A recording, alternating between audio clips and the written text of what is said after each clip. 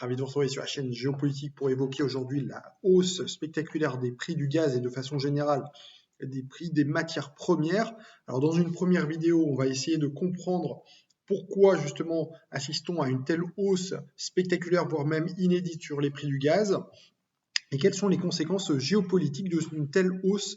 des prix. Et dans une deuxième vidéo, on essaiera d'illustrer, on illustrera, si vous voulez, cette hausse des prix des matières premières à travers des graphiques et des cartes pour mieux comprendre les enjeux géopolitiques. Et donc commençons déjà par comprendre dans cette première vidéo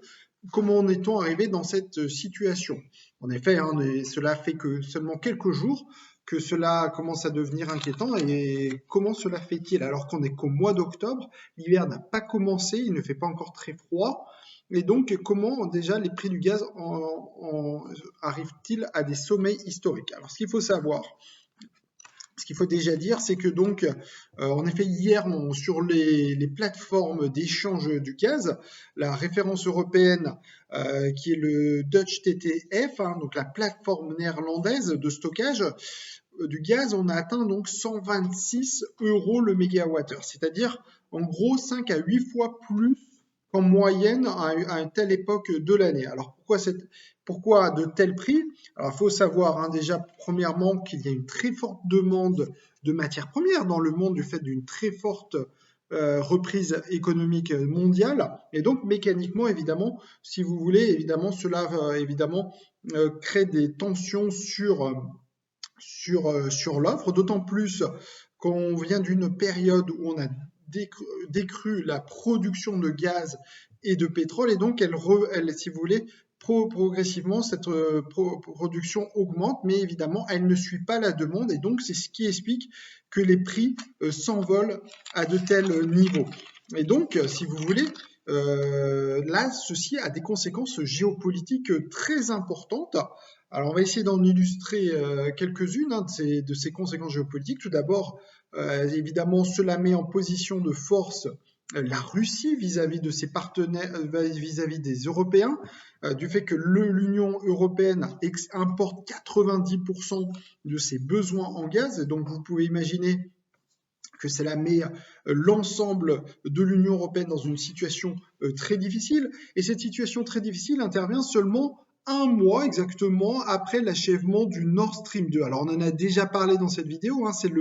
c'est le gazoduc qui est sous-marin qui relie la Russie à l'Allemagne. Et donc, la question, c'est de savoir pourquoi, en fait, avec l'arrivée de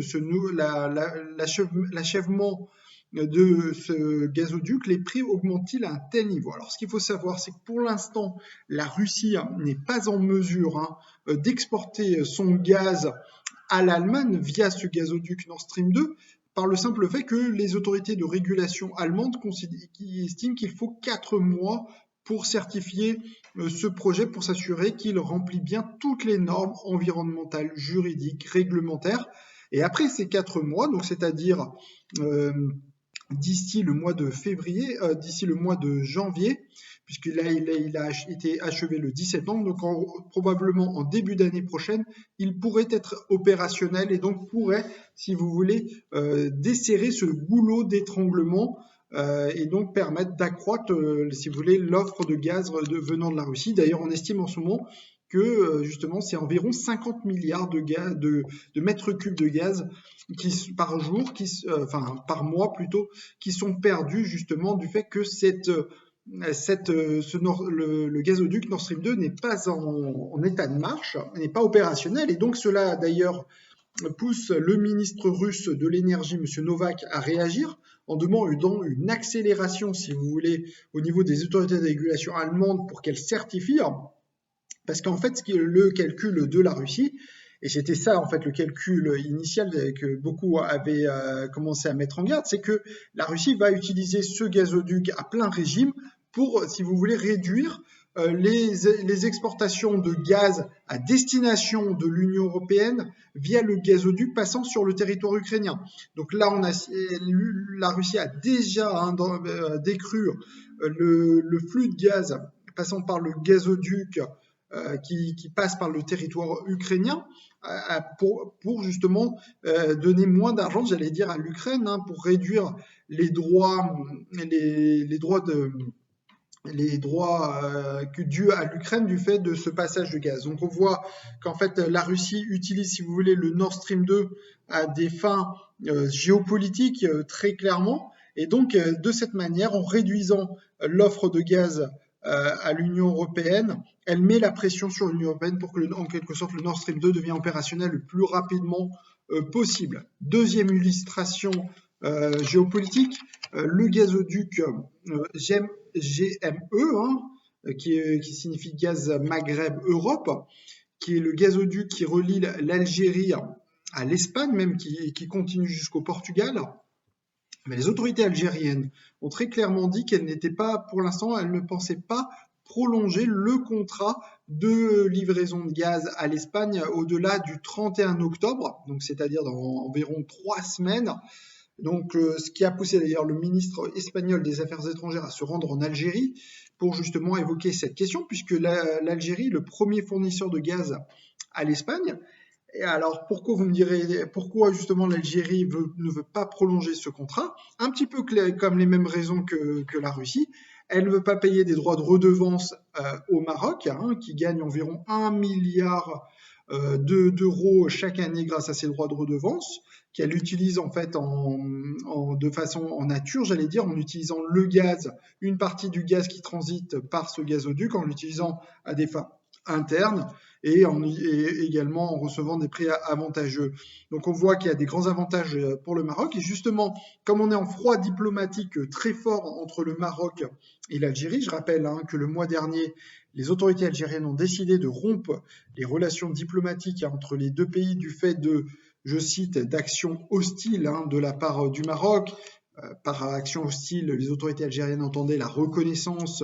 de relations diplomatiques entre Israël et le Maroc, laquelle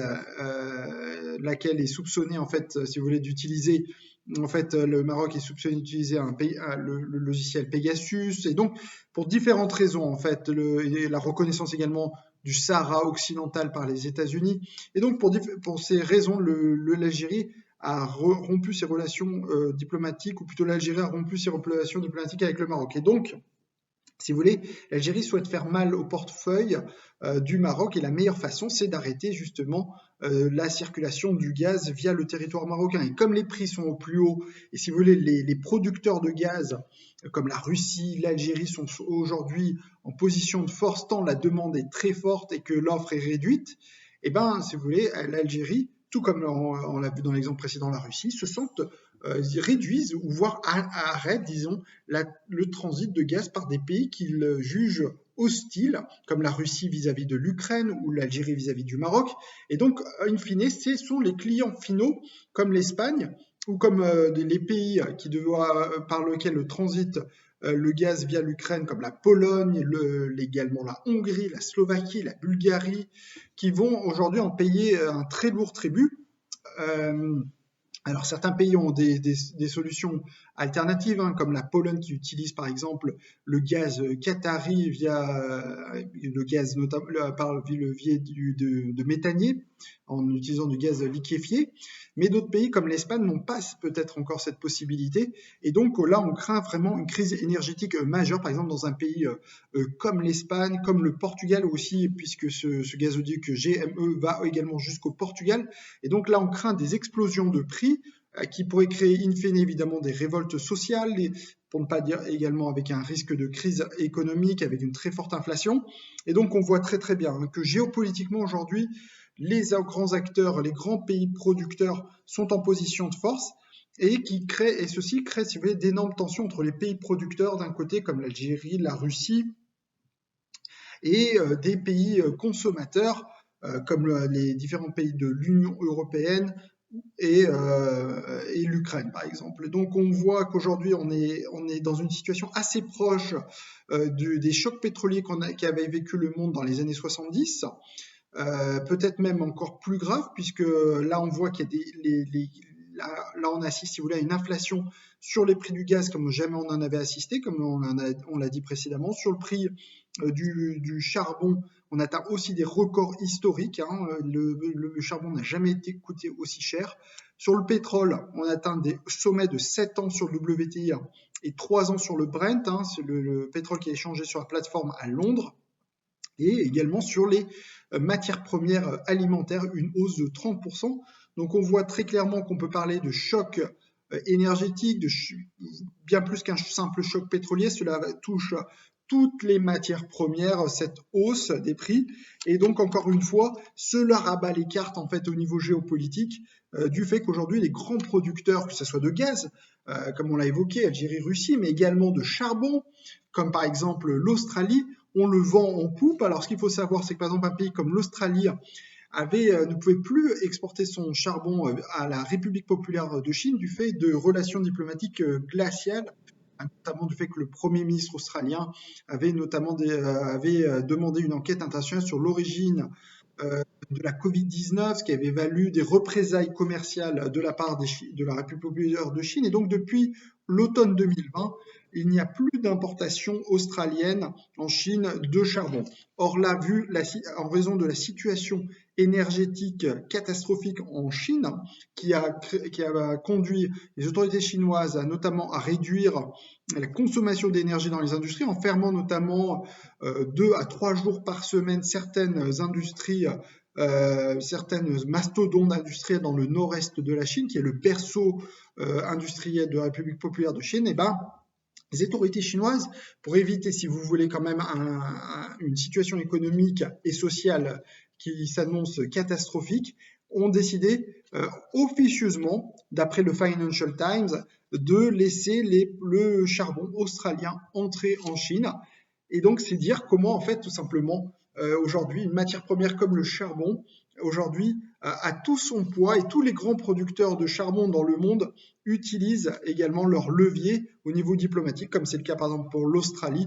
mais également un grand producteur de charbon comme la Russie l'utilise également à des fins diplomatiques. Donc on voit qu'aujourd'hui, cette question énergétique revient sur le devant de la scène, que les pays producteurs créent, il faut bien le dire, notamment la Russie, essaye de créer une hausse des prix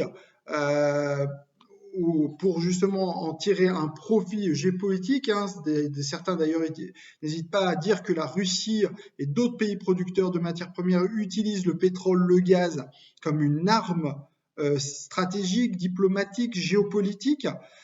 Car en fait là on va avoir des conséquences très nettes dans les prochains jours ou dans les prochains mois, ne serait-ce que sur la question de l'Ukraine, car en effet si désormais la Russie décide de baisser ses volumes de gaz via l'Ukraine, cela va poser la question de la solvabilité de l'État ukrainien, puisque l'État ukrainien gagne environ, on estime, 2 à 3 milliards de dollars par an grâce à l'acheminement en gaz russe via son territoire, qu'elle utilise un peu comme le Maroc à des fins personnelles, en utilisant une partie de ce gaz à des fins intérieures. Et donc là, s'il n'y a plus de gaz ou une réduction significative du montant de gaz qui transite par les territoires ukrainiens, est-ce que l'État ukrainien va survivre financièrement? Je rappelle que l'Ukraine est toujours sous perfusion du Fonds monétaire international, et donc là, ça serait une perte de revenus essentielle, sans doute l'une des revenus les plus importants de l'État ukrainien, cette transit de gaz. Et donc, c'est bien pour ça que les autorités russes comprennent, sont absolument ravis, si vous voulez, de l'achèvement du Nord Stream 2 pour éviter d'utiliser désormais le territoire ukrainien. C'est bien pour ça que les États-Unis et d'autres pays avaient mis en garde, notamment sur l'achèvement du Nord Stream 2, sur notamment les conséquences à court terme financières de l'Ukraine. Ce pays pourrait se retrouver en défaut de paiement, notamment si la Russie devait arrêter son approvisionnement en gaz. Et si je ne parle même pas de la question de l'approvisionnement également en gaz de certains pays, comme justement l'Ukraine, mais également d'autres qui dépendent de la Russie et qui désormais vont souffrir, que les livraisons de gaz via l'Ukraine vont diminuer. Donc on voit d'énormes conséquences géopolitiques en vue, et c'est bien pour ça qu'on fera une deuxième vidéo où cette fois-ci on illustrera par des cartes et également par des graphiques les enjeux de cette crise énergétique majeure.